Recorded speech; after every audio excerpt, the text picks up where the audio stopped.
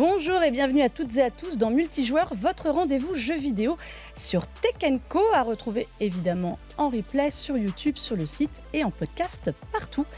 Et bien cette émission, elle sera un petit peu particulière parce qu'au milieu des grosses sorties du moment, on a décidé avec mes invités de vous faire un petit tour d'horizon des jeux qui passent malheureusement un peu trop sous les radars et qu'on va vous recommander chaudement. Et pour cette émission, eh bien deux nouvelles têtes avec moi, Elisa Rawaj. Bonjour Elisa. Bonjour Mélinda, comment tu vas ? Journaliste au Journal du Geek. Et bien écoute, ça va très bien et je suis très contente que tu viennes enfin dans l'émission. Je suis très contente d'être là, merci pour l'invitation. Et bien écoute, avec toi, t'as vu, je t'ai mis du lourd. Une pointure. Patrick Helio. Bonjour. Bonjour Patrick. Bonjour. Journaliste qu'on retrouve aussi dans Silence on joue, Mhm. c'est en podcast de Libération. Et auteur de Génération MK, Mortal Kombat. Oui, qui arrive bientôt, Qui arrive. Et en octobre. pour aller avec l'émission, on vous a fait une super émission la semaine dernière. Et pour compléter, eh bien, vous avez l'excellent livre de Patrick qui arrive. Mais messieurs, dames, on va se faire un petit tour d'horizon des jeux indés dont vous n'avez peut-être pas entendu parler, c'est bien dommage.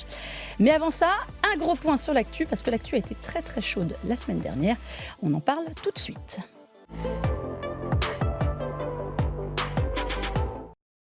Alors quand je dis l'actu a été très chaude, je dirais même qu'elle a été un petit peu brûlante, dirons-nous. Si jamais vous êtes passé à côté, il y a eu quelques fuites, indiscrétions sur le dossier Xbox dans le cadre du rachat d'Activision Blizzard King. C'est notamment dans le cadre du procès face à la FTC aux États-Unis. Et ont été publiées dans la nuit de mardi-mercredi la semaine dernière, une flopée, dirons-nous, en toute simplicité, de documents confidentiels qui auraient dû rester confidentiels et qui ont été mis en version publique. Évidemment, les journalistes se sont précipités dessus, journalistes américains. Et dans tous ces documents, alors je vais vous faire un petit point vite fait, on a appris tout ce que prévoit Xbox d'ici 2030, sa roadmap, toute simplicité, des nouvelles consoles, une nouvelle manette, toute la liste des jeux qu'ils auraient aimé avoir, des jeux chez Bethesda qui allaient arriver. Patrick, c'était juste...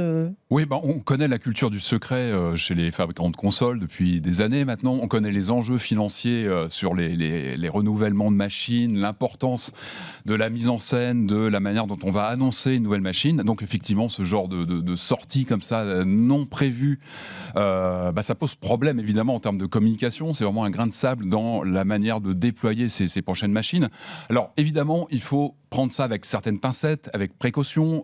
Phil Spencer, donc de Microsoft, le dirigeant de l'activité Xbox, a tout de suite répondu, et c'est un grand classique, en disant attention, les informations datent d'il y a une bonne année, tout ça a bien changé, n'empêche que ces leaks, donc ces fuites d'informations, comme tu l'as bien dit, nous détaillent les 6 ans à venir, donc nous détaillent la prochaine mise à jour potentielle, donc on va quand même prendre des pincettes, mais la mise à jour notamment des nouvelles versions des séries, donc les consoles actuelles qui seraient rafraîchies, la série S, la série X qui serait redesignée avec quelques mises à jour, et notamment ce qui a beaucoup fait grincer les dents chez les personnes attachées aux jeux vidéo physiques, la disparition de lecteurs optiques. Partout, sur toutes les consoles. Aujourd'hui, il n'y a que la série S qui n'a plus de lecteur. Sur ce qu'on connaît de cette nouvelle flopée de machines, il n'y aurait plus du tout de lecteur optique, donc évidemment ça pose plein de questions. Ça pose la question de la pérennité du support optique. Ce design qu'on a vu passer, évidemment, ça pose pas mal de problématiques de communication. Ça pose la question de comment Microsoft va réagir par rapport à ça, puisque maintenant, on connaît le design, le look des machines. Il y a les commentaires qui sont passés aussi du constructeur sur les contenus, sur la ligne, etc. C'est quoi ? Quelle va être la suite ? Comment on ne peut plus créer la surprise en général, une console, on l'annonce ou bien lors d'un salon, d'un grand événement, ou bien un événement Microsoft qui aurait pu être organisé pour annoncer ces nouvelles machines, les présenter. Là, l'effet de surprise est complètement éventé, c'est le moins qu'on puisse dire. Donc ça pose des questions sur la suite des événements. Est-ce que ces machines vont être retouchées ? Est-ce que... Au niveau du design, ça c'est quasiment sûr que le design, ils ne vont pas y toucher. Il y a une manette aussi qui arrive. Alors, la manette, est-ce que c'est pas finalement la bonne surprise qu'on attendait ? Clairement. Cette manette qui va reprendre les atouts un peu de la DualSense. Ouais, c'est un peu la DualSense de Xbox. Après, on l'attendait peut-être un peu plus tôt. Donc là, ça fait plaisir de voir qu'elle va enfin arriver, qu'on va pouvoir avoir de la technologie dans cette manette que beaucoup de joueurs aiment finalement, parce que le côté asymétrique, c'est quelque chose que les joueurs aiment bien. Donc là, de coupler ça avec de la technologie, ça va quand même apporter un gros plus à la communauté qui est déjà sous Xbox et à tous ceux qui hésitaient à faire le pas depuis la sortie de la nouvelle génération. Son design aussi qui tranche un peu avec ce qu'on a l'habitude. Bicolore, Ouais, le côté bicolore, je trouve que c'est sympa, c'est intéressant. Alors, c'est considéré comme la meilleure manette, la manette Oui, la Xbox. prise en main, En elle est plus, exceptionnelle. si on Mais lui rajoute le retour haptique, c'est ce qui lui manquait. Moi, ça m'a toujours C'est manqué, ça, ou même le gyro, enfin la Ouais. gestion du mouvement quand on veut affiner une visée. Enfin voilà, ça fait partie de ces petites c'est choses la qui étaient en plus sur le DualSense. Merci les fuites. Et du coup, si tout ça se confirme, c'est une bonne nouvelle côté manette. Par contre, l'absence de lecteur, bon, ça Oui, mais alors ça, peine. visiblement, comme on disait, même si les informations ont un an, la console, elle va pas être, si elle existe, elle ne va pas être remodelée et a priori, ça rentre aussi dans la stratégie, ce qu'on se disait avant l'émission, de la stratégie de Xbox, d'aller vers le cloud, d'aller vers le dématérialisé. Bien sûr. Est-ce que finalement, toutes ces informations qu'on a eues dans les fuites, que ce soit aussi au niveau des éditeurs, on sait qu'on parlait qu'ils envisageaient de racheter Square Enix, ils avaient approché Sega, Nintendo. Nintendo. Accessoirement comme ça. Oui, Que des petits, hein, au moins ils n'ont pas du tout de... Mais ça, c'était aussi avant l'épisode Activision. Est-ce que finalement, on a appris vraiment des choses, Patrick, qu'on ignorait? Alors pas vraiment, enfin, comme tu le dis, c'est vraiment dans la lignée de ce que suggérait la politique de Microsoft. On le voit ne serait-ce que dans les dernières prises de parole, les dernières conférences. Le Game Pass est fortement mis en avant. Ce qui est vraiment mis en avant, c'est ça, c'est la disponibilité Day One. On sent que ça, c'est vraiment le cheval de bataille, notamment d'avoir des jeux qui font vendre du Game Pass. On sait que l'objectif de Xbox aujourd'hui, c'est véritablement de d'étendre le parc Game Pass. La console en fait partie, mais il y a aussi tous les autres supports, le xCloud, toute la logique comme ça de cloud gaming est véritablement la priorité. On sent que c'est la locomotive finalement de Xbox.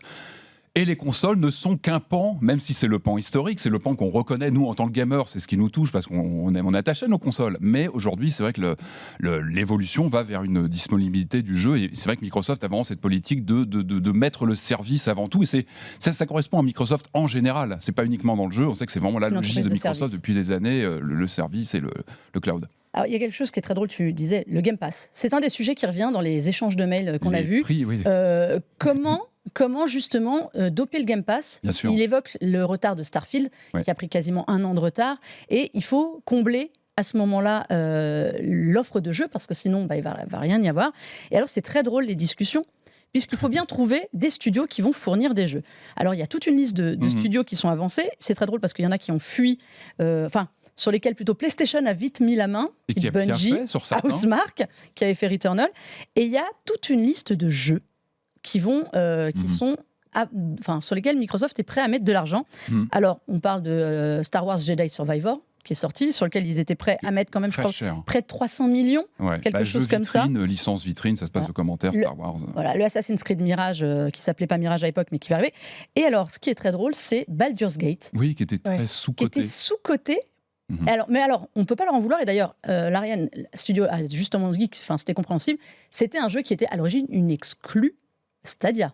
Souvenez-vous, Stadia. Et d'ailleurs, ça fait partie de ces commentaires un peu assassins parfois qu'on voit dans la ligne de Microsoft avec des petits commentaires sur le jeu. Alors ça, c'est une reprise d'une ancienne exclue Stadia, donc ça vaut pas très cher. C'est une seconde main. Entendu que il y a pas mal de petits commentaires comme ça. Voilà, c'est un peu gênant que ça sorte en l'état. Et je pense que on parle de ce qui se passera après. C'est vrai que les relations entre Microsoft et certains éditeurs peuvent peut-être être impactées aussi par ces commentaires, toutes ces indiscrétions sur les évaluations de jeux qui sont pas toujours très forcément plaisantes. Ça pose pas mal de questions. Mais effectivement, on a tous les détails et ce sont des choses qui devraient rester en interne évidemment, qui sont un peu gênantes. Et tu penses quoi toi de ces studios? Quel va être le rapport d'Xbox avec tous ces studios Franchement, je sais pas. Je sais pas si on peut dire que ça va vraiment impacter. On sait pas quelles ont été aussi les discussions entre Xbox et ces studios. On n'a que les commentaires qui datent de peut-être il y a quelques mois, quelques années. Je pense qu'ils n'étaient pas à sortir. Maintenant, il est vrai que si on regarde de l'extérieur, Baldur's Gate avait beaucoup de potentiel, mais on ne s'attendait pas à une telle claque non plus. Donc je pense que d'un côté, c'est assez compréhensible. Ce que dit l'Ariane. Personne n'avait prévu. Donc je pense honnêtement pas que les relations vont être si impactées que ça, ou en tout cas pas forcément de manière négative, mais je pense que les discussions, il va y avoir des discussions, je pense. C'est pas la première fois. Alors c'est une fuite d'ampleur, on l'a dit. C'est quand Là, même oui, quand pas même. la première fois dans l'industrie qu'il y a ça.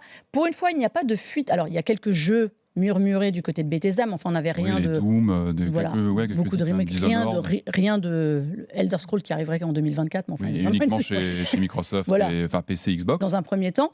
Par le passé, il y a eu d'énormes fuites. Alors, on pense récemment à GTA 6, où là, carrément, on avait vu 90 vidéos, les persos et tout, arriver. Nvidia, avec le catalogue GeForce Now, donc, qui arrivait sur le service de cloud gaming, où on avait découvert des jeux dont on ignorait l'existence à l'époque. Il y avait Street Fighter 6, tous les jeux PlayStation qui arriveraient sur PC. Walmart, Canadien, un grand spécialiste des fuites en tout genre. Et surtout Half-Life 2, qui avait poussé le développement, enfin reculer le développement d'1 an parce que tout le code source avait fuité. Patrick, par rapport à ces fuites-là, la fuite Xbox, elle va avoir quel impact pour les joueurs ? Pour les joueurs, je pense que ça peut attiser l'intérêt sur le moment. C'est vrai que ça fait de la hype. On parle de Microsoft, on imagine Pas forcément bien là. Quand même. la prochaine machine, on en discute. C'est évidemment trop tôt. Enfin, c'est en amont de ce que pensait Microsoft, je pense, sur l'annonce de ces machines. Là, on arrive en octobre. C'est le moment où on achète en général ces machines de fin d'année. Et c'est vrai que se dire que la Xbox X qu'on envisageait d'acheter, il y a peut-être une remplaçante qui arrive, qui a quand même 2 Tera de stockage, au même prix. Un renouvellement de gamme, une évolution de gamme qui serait naturelle sur 2024. Si c'est confirmé, encore une fois, on reste dans la précaution, ça peut remettre en question peut-être des achats de fin d'année. Et c'est jamais, évidemment, c'est pas ce que cherche Microsoft. Donc au niveau industriel, c'est pas une bonne chose de sortir là en plein mois de septembre sur le moment stratégique de fin d'année. C'est projeter déjà des nouveaux produits de l'année prochaine, c'est pas une bonne chose. Après, ça pose les questions sur effectivement, peut-être aussi les relations. Je parlais des relations avec les éditeurs, sur la confiance, qu'est-ce qui sort, d'où ça sort, etc. Là, on sait d'où c'est sorti, on sait très bien que là, a priori, ça vient de Microsoft. C'est pas du tout le FTC qui aurait créé la fuite. Et après, ça pose la question de d'où viennent les fuites. Ça peut créer des tensions aussi. Ça peut créer aussi des emballements de communication. Je sais qu'Ubisoft est un grand régulier aussi des fuites sur les prochains Assassin's Creed, etc. Et souvent, il y a un emballement de la communication, parce que vite, il faut réagir. On est obligé de très vite d'annoncer, peut-être plus vite que prévu, le jeu en question, parce que on est obligé de valider les infos qui circulent de partout. Donc, on est obligé aussi de perdre la main. Donc, pour un éditeur ou un constructeur, c'est perdre la main sur la communication. Et on sait qu'aujourd'hui, c'est primordial. C'est tenir sa communication, tenir son tempo de prise de parole et d'annonce de machines. On est entré aujourd'hui dans cette mécanique depuis les Nintendo Direct, les prises de parole directes des constructeurs sur une maîtrise. On aime maîtriser en tant que constructeur ou éditeur sa communication et dire au moment où on le veut, quand arrivent les prochains jeux. Et là, on a le grain de sable qui grippe complètement la machine et est obligé de réagir. Et là, c'est vrai que la réaction de Phil Spencer, c'est oui, ce sont des vieilles infos, elles ne sont plus à jour. On va régler ça en interne quand même. Hein. Oui, on imagine qu'il y a quelques coups de fil, je pense, qui ont dû suivre. Je pense qu'il y a de la mise à jour. Oui. Il y a deux, trois à l'envoi des documents qui vont. Je pense que pour les développeurs, quand un jeu leak, c'est jamais très agréable. Je pense qu'il y a quelques points positifs, c'est d'avoir un retour peut-être en amont sur ce que va être le jeu, même si c'est un jeu qui n'est pas fini. En général, les images qui fuitent, ce ne sont pas des images prévues pour ça. Donc je pense que je suis pas développeur, mais j'imagine que voir un travail qui n'est pas terminé être rendu public, c'est pas agréable, on n'a pas la main dessus, c'est pas ce qu'on voulait voir sortir, ça peut être intrusif et je pense que ça peut créer des remises en question. Ça dépend aussi du timing du leak. Est-ce que c'est vraiment peu avant la sortie, comme en général Assassin's Creed, c'est un peu moins grave. Si c'est très en amont, ça peut poser des problématiques peut-être de développement, d'interne. Qu'est-ce qu'on fait ? Est-ce qu'on réagit aux commentaires qui en général sont très prolixes sur les réseaux sociaux ? Ça pose plein de questions après sur est-ce qu'on remodèle ou pas, est-ce qu'on peut remodeler, est-ce qu'on peut réagir, et du coup ça peut intervenir sur la création même, ce qui pose beaucoup de questions en général. On verra ça sur GTA 6. Là, les images qui passaient derrière nous, c'était The Last of Us Part 2 qui lui aussi avait vu toute son intrigue et notamment, on ne vous le dira pas pour ceux qui ne l'ont pas encore fait, le plot twist. Des ressorts narratifs. Voilà, les ressorts narratifs qui avaient fuité avant la sortie du jeu. On peut choisir de ne pas les regarder aussi. Il faut, quand on attend un jeu impatiemment, des fois il vaut mieux bloquer. Les mots sur les réseaux, on peut ne pas les ouvrir, les réseaux. Ouais, c'est dur. On peut les éviter. Mais voilà, bon, j'espère que vous avez tous fait ça sur GTA 6, on verra comme ça la surprise, à quoi ça ressemblera. Voilà, c'était un petit tour sur les grosses fuites Xbox qui aurait mérité une émission à elle toute seule. Mais on a plein de jeux dont on veut vous parler. Donc on va passer à la partie à quoi on joue.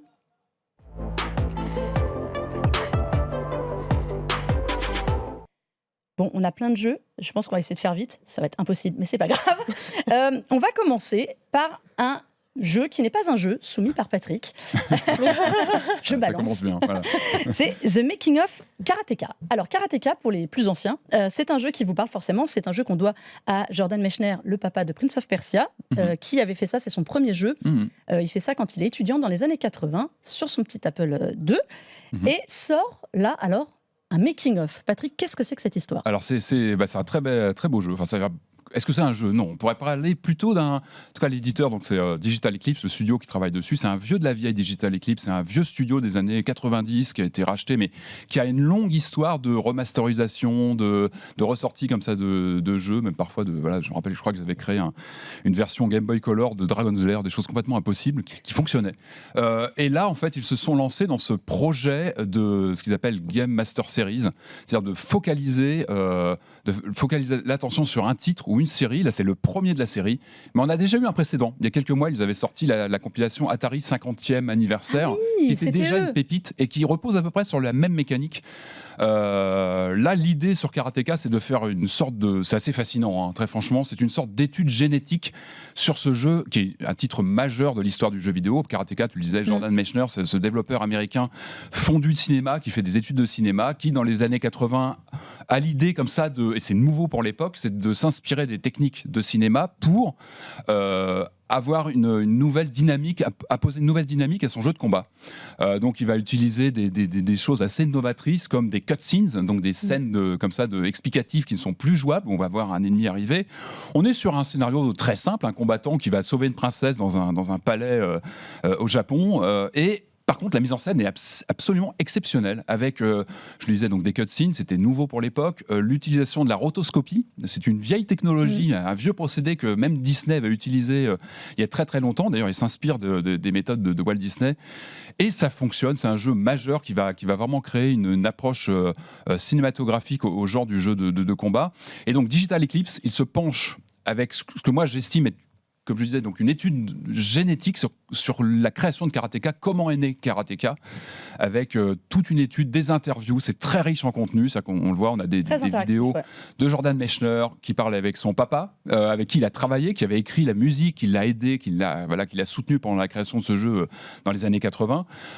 Tout le jeu est construit de façon très organique, c'est-à-dire qu'on peut... moi, ça fait des années que je crie souvent contre les compilations un peu opportunistes de jeux rétro, qui souvent se contentent d'aligner quelques jeux émulés avec au mieux quelques textes explicatifs. Et pour moi, le rétro gaming, on en profite vraiment quand il y a de la contextualisation. Quand on joue à Karateka aujourd'hui, on en profite vraiment en ayant regardé auparavant des vidéos qui nous expliquent comment il a été pensé, à quel jeu a joué Mechner avant de créer Karateka.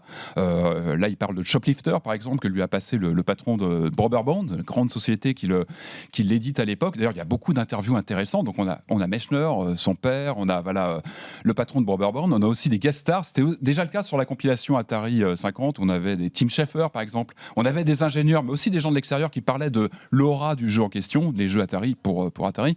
Et là, Mechner, on a par exemple de John Tobias, le co-créateur de Mortal Kombat, qui explique que justement, il y a certainement un peu de Karateka dans Mortal Kombat, dans la mise en scène, le réalisme, la présence de l'humain, de personnages numérisés, comme ça, digitalisés, via la rotoscopie intégrée au jeu. La rotoscopie, c'est un mot qu'on a peut-être parfois du mal à cerner. Là, tout ça est mis en scène avec des calques. C'est-à-dire qu'on voit tout ça est mis en scène de façon incroyablement dynamique. C'est-à-dire qu'on voit le film Super 8 original, on peut apposer comme ça les calques et on voit l'intégration dans le jeu, manette en main. On a évidemment les maquettes de jeu du titre précédent sur lequel avait travaillé Mechner, qui intégrait peu à peu une composante cinématographique. Et ça, c'est avec déjà des petites présentations, une histoire qui commençait à prendre forme au fil des maquettes. Et Karateka, on a plusieurs versions. On a des versions maquettes. Il y a le jeu en plus, le qui jeu est original, disponible les portages Commodore qui ont suivi Atari avec des commentaires des personnes qui ont travaillé sur les portages. Et puis, il y a l'après, c'est-à-dire qu'est-ce qui suit Karateka? Évidemment, nous on sait, il y a Prince of Persia qui est vraiment le titre qui décline, et c'est peut-être le titre le plus connu de Mechner, mais là on a toute l'explication sur Karateka 2, pourquoi Prince of Persia découle aussi de Karateka, évidemment, des procédés, de tout ce qui a été expérimenté dessus. Je disais, la navigation est d'un confort optimal, on est dans un système de freeze très visuel qui nous accompagne, on n'est jamais perdu, on a toujours des vidéos à aller voir, des documents scannés, il y a énormément de documents documents, d'objets qui sont parfois remodélisés en 3D comme des versions boîtes, etc. Des choses qui disparaissent aujourd'hui, des boîtes de jeux. Et voilà, on sent qu'il y a un amour du titre. Moi, ce que je retiens, c'est qu'on parle de code, de procédés informatiques, mais on parle surtout d'humains. Moi, c'est vraiment ce que j'ai ressenti sur mes quelques heures passées dessus. J'ai appris des choses, alors que j'avais pas mal potassé déjà l'histoire de Mechner, mais j'ai appris des choses. Il y a beaucoup de révélations, des petites infos très touchantes. Les passages entre Mechner et son père sont très touchants, parce qu'on sent qu'il parle de ce jeu, mais il parle d'eux, on parle de... C'est ça aussi le jeu vidéo. Ce sont des histoires de vécu, des histoires humaines, toujours. Et je trouve que ce genre de procédé comme Digital Eclipse, l'orchestre aujourd'hui, c'est fabuleux pour ça. Là, ils ont eu la chance d'avoir, c'est vrai, une matière, ils le disent eux-mêmes, avec beaucoup de contenu. C'est vrai que Mechner conserve tous ces... Il est très archiviste, donc il y avait beaucoup de choses. Il vient de sortir un livre, d'ailleurs, en forme de BD bien sûr, sur son histoire, sur l'histoire de sa famille. Donc c'est quelqu'un qui est habitué, qui a confié beaucoup de ses archives à des musées. Donc il y avait beaucoup de ressources. Moi, je suis très impatient de voir quel va être le prochain titre qui va avoir ce traitement, parce que c'est vraiment une mine d'informations. Moi, je le recommande évidemment à quiconque s'intéresse à l'histoire du jeu vidéo, mais pas seulement, parce qu'encore une fois, il y a de l'humain. On voit comment un jeu se crée parfois dans la douleur, dans les questionnements. Il y a beaucoup d'échanges, de courriers. On a beaucoup on a un peu les arcanes d'une édition de jeu dans les années 80, comment ça se passait. Et c'est très très intéressant. Puis on se rend compte que le jeu a très bien vieilli. Moi, j'ai rejoué à Karateka aux différentes versions et je trouve que c'est un jeu qui a rien perdu de son gameplay. Il n'avait pas menti qu'il pouvait faire 20 minutes sur ce jeu. Il nous l'avait dit. Donc voilà, The Making of Karateka, c'est disponible sur toutes les consoles modernes et PC. Et voilà, c'est la recommandation de Patrick. Un autre jeu qui nous a plu à tous les trois, Elisa, c'est Under the Waves. Exactement. Changement de genre là. Ouais, complètement. Alors, tu nous le pitches plus vite, hein, que... Je vais essayer. Under the Waves, c'est l'histoire de Stan, qui est un plongeur qui a perdu sa fille tragiquement et qui se retrouve au fond des océans à devoir gérer son deuil. Donc on le voit de plusieurs manières, mais le jeu est très intéressant parce qu'il mêle à la fois narration, gameplay et puis des petits éléments surnaturels qui s'ajoutent comme ça pour vraiment parler de ce deuil en fait qu'il habite. Et c'est un jeu qui a pour thème vraiment la solitude et comment gérer ses émotions quand on est seul. C'est un très beau jeu en fait. Voilà. Il y a beaucoup d'exploration. Les fonds marins sont assez bien refaits. Alors c'est drôle parce qu'il est censé travailler pour une société pétrolière. Oui. Et on comprend vite que. Voilà, on comprend vite que ce sont pas très très gentils, mais c'est pas très grave. C'est pas le fond. Il n'y a aucun jeu de mots volontaire. Patrick, t'en as pensé quoi de ce jeu, toi ? Alors, moi, déjà, j'aime bien un petit peu la taille du jeu. C'est du double A, on va dire. C'est un jeu indé, mais qui profite. Enfin, on sent qu'il y a beaucoup de technologie derrière. Édité par Quantic Dream. Ils sont édités par derrière, mais c'est... Donc voilà, il y a tout un partenariat. Et on sent... Enfin, j'aime bien le format, déjà. Et alors, moi, j'avais pas mal d'a priori sur du déjà vu. C'est vrai que on a déjà vu comme ça des personnages qui sont projetés dans la solitude, de fonds marins, etc. Et moi, j'ai été complètement happé par le jeu. J'avoue qu'il m'a touché. Alors, il y a pas mal de défauts. Tout de suite, moi, j'avais un petit peu tiqué sur la modélisation du personnage principal, sur le fait qu'il est toujours habillé pareil. Bon, il y a quelques petits défauts, mais qu'on oublie très vite. Moi, j'ai été embarqué par cette histoire. Et là, il y a une tristesse de ce personnage qui est désespéré. Tu le disais, qu'il y a un deuil. Il est frappé de ce deuil. Et ce deuil, il est là dans chaque image. C'est-à-dire que moi, je sais pas, j'ai beaucoup pensé cinéma, et quand on sait que c'est édité par Quantic, on sait qu'il y a une inspiration cinéma. J'ai pensé à Moon, et j'ai aussi pas mal pensé à Interstellar, dans cette sensation d'aller vers une sorte d'absolu, de gigantesque, et en même temps pour aller chercher ce qu'il y a de plus profond en soi. Et je trouve que c'est la force de ce jeu, c'est qu'on est dans un personnage, on suit ce personnage qui est dans les fonds marins, qui à la fois il y a ce message très écrit au marqueur sur l'écologie. Bon, c'est pas très d'une finesse absolue. Ils ont un partenariat avec une ONG effectivement aussi, qui est là dès le générique du jeu, mais bon, en même temps c'est très bien d'en parler. Ok, c'est écrit au marqueur, mais tant mieux, il faut parler de ces problématiques. Et là, c'est une décharge, l'océan qu'on est en train de nettoyer, c'est absolument une décharge. Et moi, j'aime bien aussi ce procédé de gameplay, de routine, où on a ces réparations. C'est-à-dire que lui, c'est vraiment un ouvrier des fonds où il va réparer des mécaniques. On est vraiment sur quelque chose de très manuel, et lui-même le faire sentir. Il a besoin de ça pour essayer d'oublier ce deuil, ce qu'il n'arrive pas à oublier évidemment. Mais en tant que joueur, on se perd un peu dans cette routine, et ce qui fait que ces apparitions, ce surnaturel qui apparaît, et ce deuil, moi je trouve qui est complètement infusé pendant tout le gameplay, m'a hanté. Enfin, j'ai trouvé que c'était très bien amené, et ce chaud-froid entre les mécaniques très fonctionnelles et en même temps l'esprit qui tourne, ce héros qui est au bout du rouleau, quoi. C'est un anti-héros, enfin, on sent qu'il a plus envie de se battre et en même temps on le dirige, on est avec lui et on suit cette descente en enfer. Enfin, c'est vraiment quelque chose de très poignant et il est touchant, ce personnage. Alors il a un drôle de visage.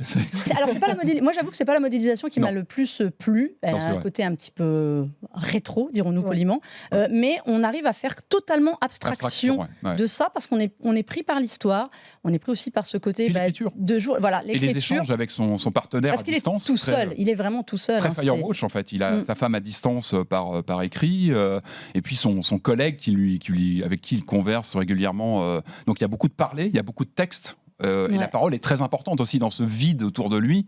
Il se raccroche à cette voix. Ça, c'est vraiment l'effet Firewatch. Ce jeu, il n'invente pas énormément de choses. Par contre, je trouve que le cocktail fonctionne très bien. C'est qu'il réunit pas mal de composantes de cinéma, de quelques jeux qu'on a déjà vus. J'avais des craintes et franchement, manette en main, je l'ai trouvé. Je trouve que le gameplay elle fonctionne bien et on sait que les jeux sous l'eau où on gère en général comment on se déplace, c'est pas toujours très agréable. Là, j'ai adoré. Puis moi, j'ai fait pas mal presque de roleplay. Enfin, quand j'avais ce petit véhicule où tu apprends à l'utiliser, à en sortir à certains moments. C'est un peu galère au début. Au début, c'est pas simple. Le sous-marin, c'est pas simple. Mais dès qu'on trouve le bouton ça arrive vite quand même. Ça aide. Faut gérer après. C'est disponible sur PS4, PS5, Xbox One, Xbox Series et PC. Alors on va finir avec un dernier jeu parce qu'on n'a plus beaucoup de temps, qui est très étrange, c'est The Cosmic Wheel Sisterhood. Alors, qui tente de pitcher? Elisa, tu tentes? Je tente. Alors, The Cosmic Wheel Sisterhood, c'est en gros l'histoire d'une sorcière qui a été bannie de son clan, donc des sorcières qui utilisaient des cartes de tarot.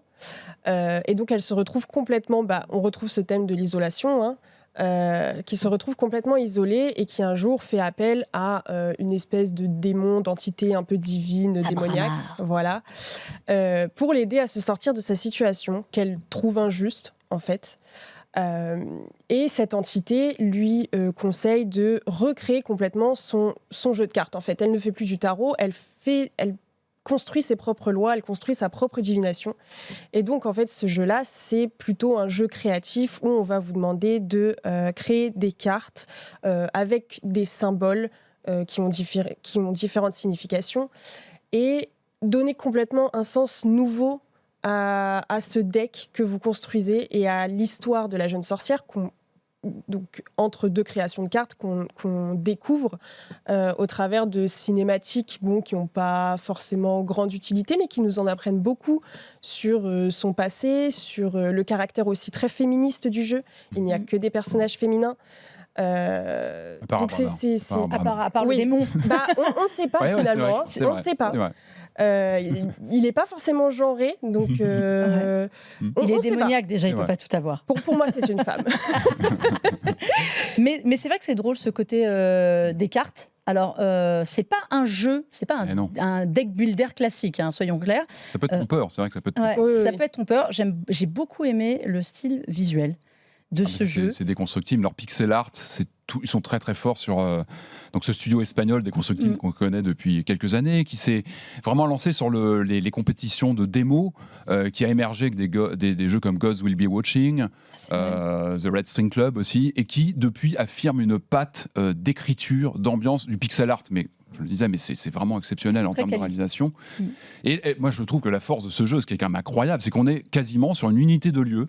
On est un peu prisonnier avec Fortuna de cet endroit. Dans cette maison où elle apprend en fait à créer ses cartes. On lance le jeu, on dit mais qu'est-ce que je fais là? Qu'est-ce qui se passe? Et en fait, on est embarqué dans un jeu qui crée tout un univers. C'est vraiment dans notre esprit. Je trouve qu'il arrive vraiment à créer des choses dans notre tête avec ces échanges, ces personnages qui viennent lui rendre visite. Donc il y a beaucoup de dialogues. Et puis il y a ce pacte faustien aussi avec Abramar, donc qui va lui autoriser il va lui donner des pouvoirs. On va pas tout révéler parce que je pense que c'est un jeu vraiment où on découvre. Pour moi, la découverte de ce qu'il se passe, des pouvoirs qui arrivent, de ses capacités, et puis l'ouverture du jeu avec des twists incroyables. D'ailleurs, la fin du jeu, on se dit mais qu'est-ce qui se passe?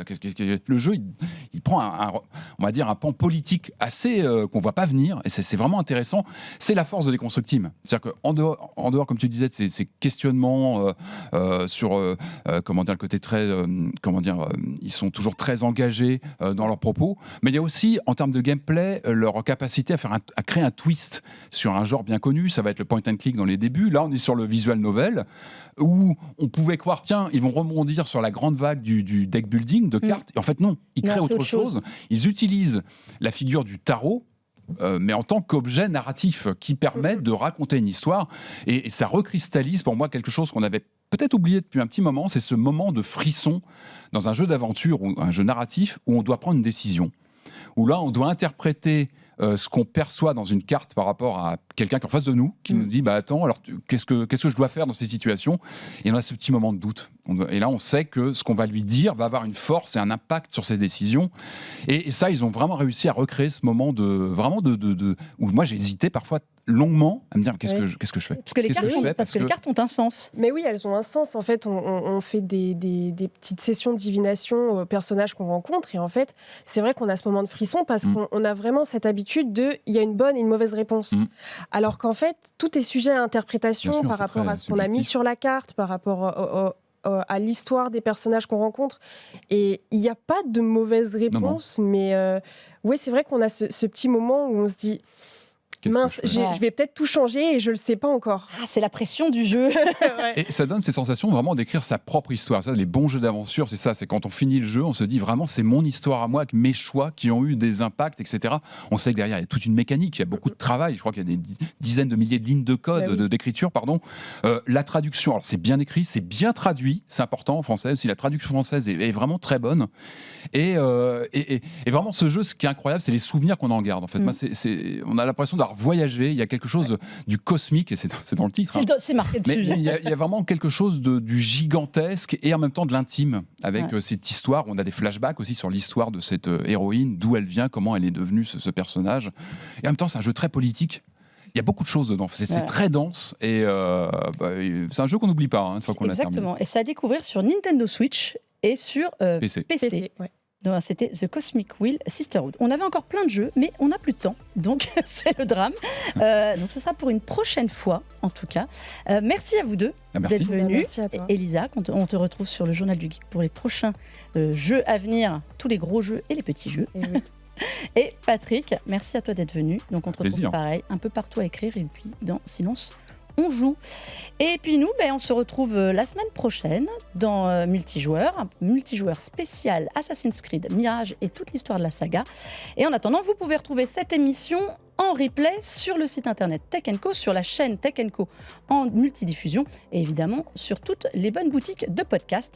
Je vous dis à très vite. Jouez bien, surtout aux jeux qu'on vous a conseillés.